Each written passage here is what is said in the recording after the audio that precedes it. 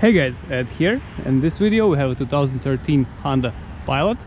I'm sorry, the Honda Odyssey. And in this video I'll show you pretty much basic maintenance and the fluids you need to know to take care of your car.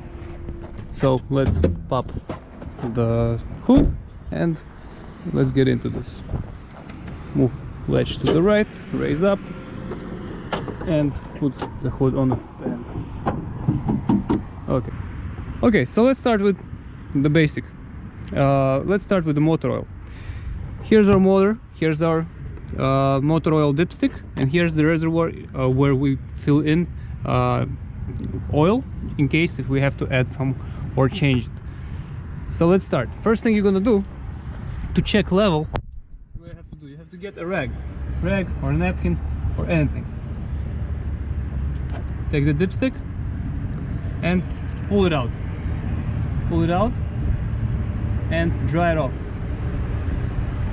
Now this is important. The car engine should always be cold when you check oil. Okay, so you can't drive the car and then check oil. It's gonna look, it's gonna show inaccurate. So first thing in the morning before you start your car, you can check oil level, check it out and see if it's good or not. So let's go. I already dried my dipstick and let's get it out and see.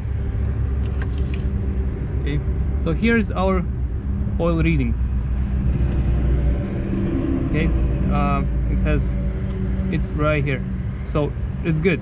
Right here, it should be somewhere in the middle, but if it's even here or here, it's not a big problem. So the oil level is good, and the condition of oil like this is good. It's also it's not bad, but it's not new, but it's not bad. It should look like apple juice.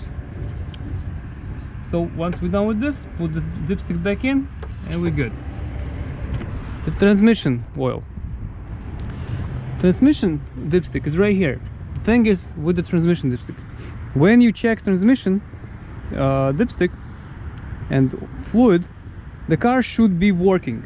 Okay, so you start the car and same way like you checked oil, you check the level. Okay, here we can't even get reading right now because the car wasn't working. To get it working, I mean, you have to start the car and run it for some time, and then you are able to check. It checks the same way like this, like motor oil, but on working or hot transmission. Okay, next thing,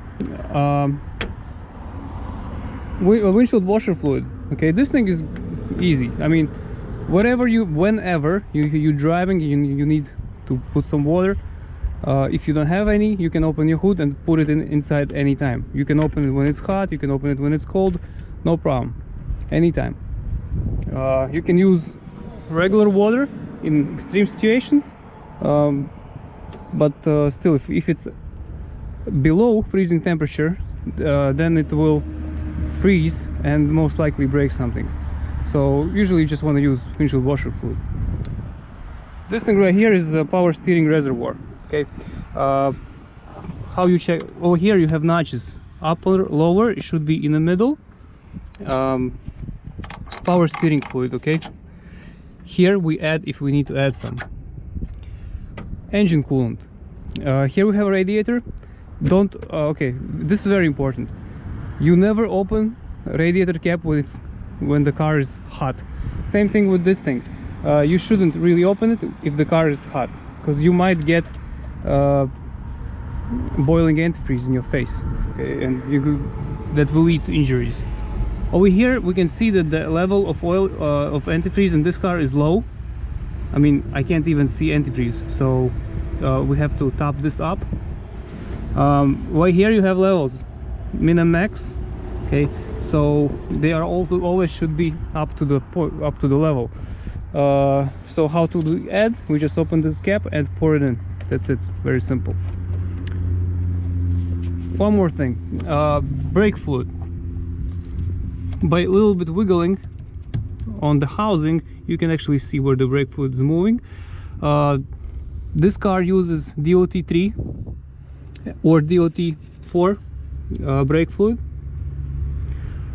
Please note that brake fluid doesn't evaporate. If you are missing some, or you're losing somewhere something, it means you have a leak. The bad thing about this is if you have a leak, it's very possible that something's leaking and you might lose more fluid and lose brakes. So that's something to keep in mind. Be careful. Next thing, the Freon. Okay, so that's something you don't want to touch if you are not very handy with cars, because the Freon system right here, it's AC, it's under pressure. Okay, so if you do it, there's a big possibility some mistakes could be made, and you might either damage the car or then do damage to yourself. So in this case, it's better just to just leave it to mechanic and let them take care of you. That's it. That's pretty much all you need to know about the fluids. The intervals before changing fluids depends on the way you drive. Pretty much it's averagely, if you use regular oil, it's like 4,000 miles. You have to change oil, but refer to your owner's manual. It will say how often, when, and what to do with and what type of fluids you need to use. Okay, so guys, I hope this helps. If it does, please press the like button and have a great day. Bye.